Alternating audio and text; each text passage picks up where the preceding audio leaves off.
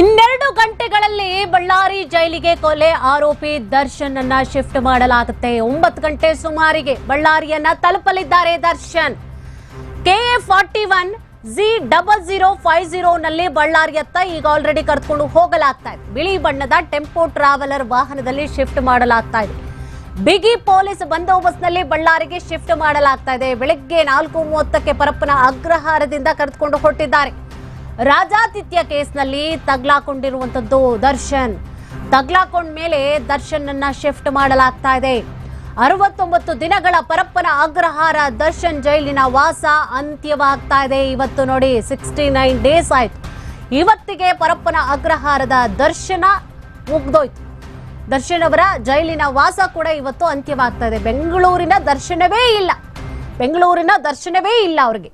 Bale ಆಗೋವರೆಗೂ ಕೂಡ video conference ಮೂಲಕವಾಗಿ ವಿಚಾರಣೆಯನ್ನ ಎದುರಿಸಬೇಕಾಗತ್ತೆ. ಅಲ್ಲಿಯವರೆಗೂ ಕೂಡ ಬೆಂಗಳೂರಿನ ದರ್ಶನವೇ ಇಲ್ಲ. ಬಳ್ಳಾರಿಯಲ್ಲೇ ಇರಬೇಕಾಗುತ್ತೆ, ಬಳ್ಳಾರಿ ಜೈಲಿನಲ್ಲಿಯೇ ಇರಬೇಕಾಗುತ್ತೆ. ಅಲ್ಲೇ ಒಂದು ರೀತಿಯಾಗಿ ಇದು ವನವಾಸ ಆಗ್ಬಿಟ್ಟಿದೆ. ಅಲ್ಲೇ ವಾಸ ಇರಬೇಕಾಗತ್ತೆ ದರ್ಶನ್ ಅವರು. 69 ದಿನಗಳ ಪರಪ್ಪನ ಅಗ್ರಹಾರದ ದರ್ಶನ್ ಅವರ ಜೈಲಿನ ವಾಸ ಇವತ್ತು ಅಂತ್ಯವಾಗ್ತಾ ಇದೆ.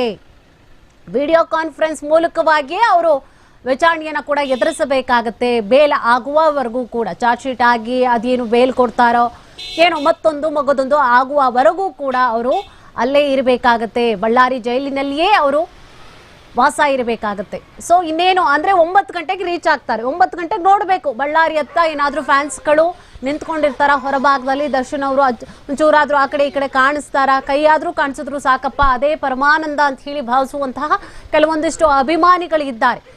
ಸೊ ಬಳ್ಳಾರಿಗೆ ರೀಚ್ ಆಗುವಂತಹ ಗಳಿಗೆಯಲ್ಲಿ ಏನಾದ್ರೂ ಅಲ್ಲಿ ಹೊರಭಾಗದಲ್ಲಿ ಫ್ಯಾನ್ಸ್ಗಳು ಏನಾದ್ರೂ ಇರ್ತಾರ, ಅದನ್ನು ಕೂಡ ಗಮನಿಸಬೇಕಾಗುತ್ತೆ ನಾವು. ಜೊತೆಗೆ ಈಗ ಆಲ್ರೆಡಿ ಒಂದು ಕ್ಲಿಯರ್ ಆಗ್ಬಿಟ್ಟಿದೆ. ಏನು ಅಂದ್ರೆ ಪರಪ್ಪನ ಅಗ್ರಹಾರದಲ್ಲಿ ಯಾವುದೇ ರೀತಿಯಾದಂತಹ ನೋಡಿ ಅಭಿಮಾನಿಗಳು ಮುತ್ಕೊಂಡಿರ್ಲಿಲ್ಲ. ಯಾಕಂದ್ರೆ ಗೊತ್ತೇ ಇರಲಿಲ್ಲ, ಅವ್ರಿಗೆ ವಿಚಾರವೇ ಗೊತ್ತಿಲ್ಲ.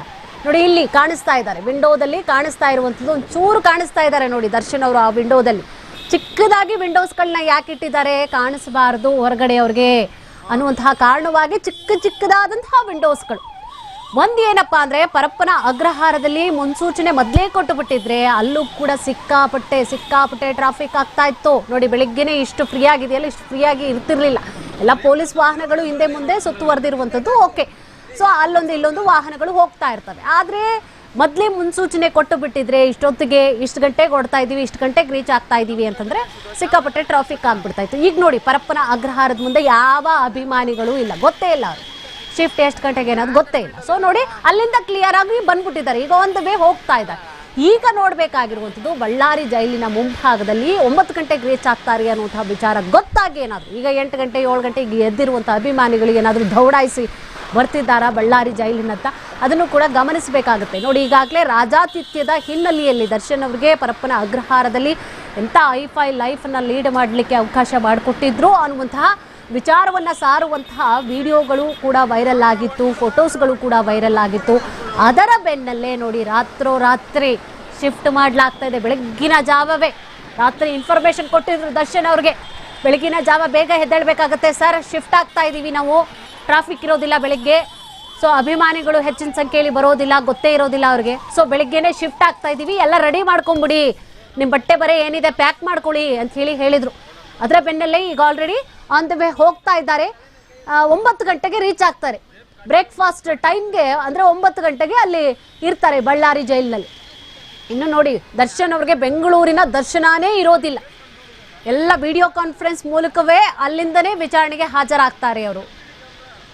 ಇಲ್ಲ ಬೇಲ್ ಸಿಕ್ಕಿ ಬರಬೇಕು ಅಷ್ಟೇ, ಬೇಲ್ ಸಿಕ್ಕಿ ಬರಬೇಕು ಅಥವಾ ಇದರಿಂದ ಮುಕ್ತರಾಗಿ ಬರುವವರೆಗೂ ಕೂಡ ಬಳ್ಳಾರಿ ಜೈಲಿನಲ್ಲೇ ಇರಬೇಕಾಗುತ್ತೆ ದರ್ಶನ್ ಅವರು.